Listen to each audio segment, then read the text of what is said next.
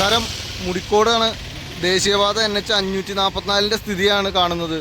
ഇവിടെ ജനകീയ പ്രക്ഷോഭത്തെ തുടർന്നാണ് ഇവിടെ ഒരു പാലം അടിപ്പാത തുടങ്ങുന്നതിനായിട്ട് ആരംഭം കുറിച്ചിരിക്കുന്നത്. എന്നാൽ അതിന് ഗതാഗതം സ്ഥാപിക്കുന്നതിനായിട്ട്, ഗതാഗതം സുഗമമായി നടത്തുന്നതിനായിട്ട് സർവീസ് റോഡിലൂടെയാണ് വാഹനങ്ങൾ കടത്തിവിടുന്നത്. എന്നാൽ ആ ഒരു സർവീസ് റോഡ് വേണ്ടത്ര ക്വാളിറ്റിയിൽ പണിതിട്ടില്ല എന്നുള്ള കാര്യത്തിൽ ഒരു തർക്കവുമില്ല. കാരണം അശാസ്ത്രീയമായ നിർമ്മാണമാണ് NH 544 മണ്ണൂത്തി മുതൽ വടക്കഞ്ചേരി വരെ എന്നുള്ളത് നമ്മൾ നിരന്തരം സൂചിപ്പിച്ചുകൊണ്ടിരിക്കുന്നതാണ്, ജനങ്ങൾ സൂചിപ്പിച്ചുകൊണ്ടിരിക്കുന്നതാണ്. എന്നാൽ ഇന്ന് ഇവിടെ സർവീസ് റോഡിൽ വലിയൊരു ഗർത്തം രൂപപ്പെട്ടു. പണ്ട് ഇവിടെ ഉണ്ടായൊരു കിണർ ആണെന്നാണ് ആളുകൾ പറയുന്നത്. കാരണം നമുക്ക് തന്നെ അറിയാം, ഈ റോട്ടിൽ നിരന്തരം അത് മൂടുന്നത് വലിയൊരു കുറേ തവണ അത് മൂടാൻ ശ്രമിച്ചിട്ടുണ്ട്. അപ്പോൾ ഇന്ന് അതൊരു വലിയൊരു ഗർത്തമായി മാറിയതിനെ തുടർന്ന് ഗതാഗതം പോകാൻ പറ്റാത്തൊരു സാഹചര്യം മുഖേന കിലോമീറ്ററുകളാണ് ബ്ലോക്കുകൾ ഉണ്ടായത്. അപ്പോൾ നമുക്ക് വിശദാംശങ്ങൾ ഇവിടുത്തെ ആളുകളുടെ അടുത്ത് തന്നെ ചോദിച്ചറിയാം.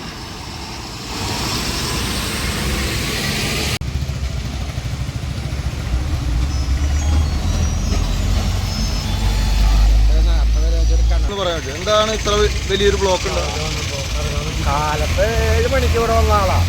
7 മണിക്ക് വന്നപ്പോൾ ഇവിടെ ഫുള്ള് ബ്ലോക്കാണ്. ഞങ്ങൾ കുറച്ച് ആൾക്കാർ കൂടി കുറേ കട്ടയൊക്കെ ഇട്ട് വെക്കുമ്പോഴത്തേനും മൊത്തം സ്റ്റക്കായി. അതായത് ഇവിടുത്തെ റോഡ് പണി ഇതിലമേരി വെള്ളം വരുന്നത് കല്ലാണ്. വെറുതെ ഒരു കനത്തിൽ ടാർ ചെയ്ത് പോയിട്ടോ വേണ്ട രീതിയിൽ വെള്ളം ഒഴിഞ്ഞു പോകേണ്ട സൗകര്യങ്ങൾ ചെയ്യാതെ ഇവിടെ ഇങ്ങനെ വന്നില്ല. അതൊരു പഴയ കിണറാണ്. ഒരു 6ാമത്തെ ട്രിപ്പാണ് അങ്ങനെ എത്തുന്നത്. ഒരു ട്രിപ്പ് നകത്തും വീണ്ടും നാണ് പോവും, വീണ്ടും നകത്തും ഇതെണ്ണാക്കാം. ഒരെണ്ണം വീണു. ഒരു ടീച്ചർ ഇവിടെ ഈ കുഴിയിൽ ചാടിയിട്ട് വീണ് 6 മാസം കിടന്ന് മരണപ്പെട്ടതാണ്. കൊടുങ്ങല്ലൂരുള്ള ആളായിരുന്നു. ഇവിടെ ബീച്ച് കാണാൻ പോയി കല്യാണം കഴിഞ്ഞ ഒരാഴ്ചയായിട്ടുള്ളൂ. അങ്ങനെ കുറേ അപകടങ്ങളും നടന്നുണ്ട് ഇവിടെ. ഇതിപ്പോൾ ഈ കഴിഞ്ഞ ഞായറാഴ്ച 2-3 വീണ്. അത് പിന്നെ വലിയ കാര്യമായിട്ടൊന്നും സംഭവിക്കാണ്ട് പോവാം. ഇതൊന്നുമില്ല. ഇത് നന്നായി പൊളിച്ച് ആദ്യം പോലും പണി ചെയ്യണം. ഈ സൈഡിലൊക്കെ സ്പോഞ്ച് മൈരിയാണ്. അതായത് ഇവിടെയൊക്കെ നോക്കിയത് അതൊക്കെ ഒന്ന് പിടിച്ചോ. ഈ കാണുന്ന കംപ്ലീറ്റ് ശരിക്കൊരു ഗതാഗതം തിരിച്ചു വിടാനുള്ള ഒരു ക്വാളിറ്റി ഈ റോഡിനില്ല. വളരെ മോശമാണ്. അതെ, ആദ്യം തന്നെ സർവീസ് റോഡ് കറക്റ്റാക്കണം. സർവീസ് റോഡ് കറക്റ്റാക്കാണ്ട് പാലം പണിതാണ് ഈ വിഷയങ്ങൾ മുഴുവൻ കാണാൻ. ഇത് ഇവിടെ തന്നെയുള്ള വിഷയമല്ല. എവിടെ പാലം പണിയുണ്ടോ അവിടെ എല്ലാം ബ്ലോക്കാണ്. അപ്പോൾ അതുകൊണ്ട് സർവീസ് റോഡ് ആദ്യം തന്നെ കറക്റ്റാക്കാണ്ട് പാലം പണിതിട്ട് യാതൊരു കാര്യമില്ല. വണ്ടി പോകുന്നില്ല. ഇന്ന് തന്നെ ഇവിടെ ഒരു ആക്സിഡന്റ് ഉണ്ടായി. അത് ഈ റോഡിന്റെ ഈ അവസ്ഥ കാരണമാണ് ഈ ആക്സിഡന്റ് ഉണ്ടാവാൻ കാരണം. എന്ത് വണ്ടി? ഒരു കാർ ടോർസായിട്ട്. അതായത് കാലത്ത് കുഴി ഉണ്ടായിരുന്നപ്പോ കുഴി ഉണ്ടായിരുന്നു. പിന്നെ ഈ കുഴി അടയ്ക്കാൻ വേണ്ടി ഇവിടുത്തെ നാട്ടുകാരാണ് ഈ കുഴി അടയ്ക്കണേ. നാട്ടുകാർ ഈ കുഴി അടച്ചു കഴിയുമ്പോഴാണ് ഇവിടെയുള്ള ഇതിന്റെ അധികാരികൾ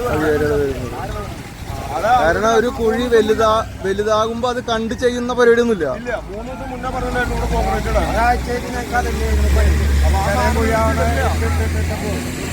ഈ 2-3 ദിവസമായിട്ട് ശക്തമായി പെയ്ത മഴയിൽ ഇവിടെ ഫുള്ള് വെള്ളമായി. അതിന്റെ വീഡിയോ കാണിച്ച് ഞാൻ വേറെ സാറിന്റെ നമ്പർ ഓക്കെ. ഇത് സർവീസ് റോഡിന്റെ കോൺക്രീറ്റ് ആണ് അതല്ലേ? ഇത് അവര് വെറുതെ കൂടി വെച്ചിരിക്കുന്നു.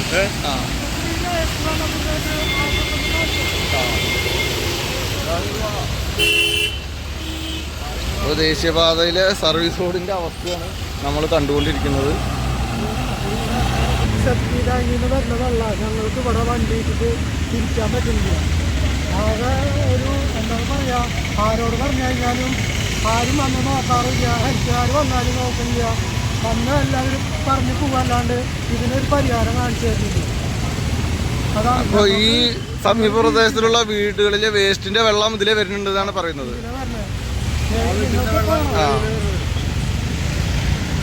അപ്പോൾ ഈ ഹൈവേക്ക് നേരിട്ട് ഈ വേസ്റ്റ് വെള്ളം തുറന്നു വിട്ടിട്ടുണ്ട് എന്നുള്ളത് ഒരു കാര്യം കൂടി ആളുകൾ സൂചിപ്പിക്കുന്നുണ്ട്.